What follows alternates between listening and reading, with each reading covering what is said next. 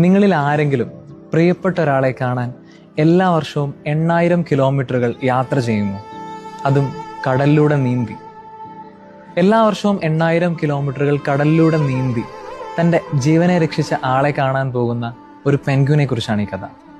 2011 ബ്രസീലിലെ Rio de ജനീറോയ്ക്ക് അടുത്തുള്ള ഒരു കടപ്പുറത്ത് ശരീരം മുഴുവൻ എണ്ണയിൽ പൊതിഞ്ഞ് മാജിലാനിക് വിഭാഗത്തിൽപ്പെട്ട ഒരു പെൻഗ്വിൻ വന്നടിഞ്ഞു. ഈ പെൻഗ്വിനെ കണ്ട ജോവാ പെരേര ഡിസൂസ എന്ന മുക്കുവൻ അതിനെ എടുക്കുകയും പരിചരിക്കുകയും ശുശ്രൂഷിക്കുകയും കടലിലേക്ക് മടക്കി അയക്കുകയും ചെയ്തു. എന്നാൽ കൃത്യം 1 വർഷം കഴിഞ്ഞപ്പോൾ അദ്ദേഹത്തെ കാണാൻ ആ പെൻഗ്വിൻ വീണ്ടും തിരിച്ചെത്തി. പിന്നീട് അങ്ങോട്ട് എല്ലാ വർഷവും തൻ്റെ ജീവനെ രക്ഷിച്ച ആ മനുഷ്യനെ കാണാൻ നന്ദി സൂചകമായി ആ പെൻഗ്വിൻ മടങ്ങി വന്നുകൊണ്ടേയിരുന്നു.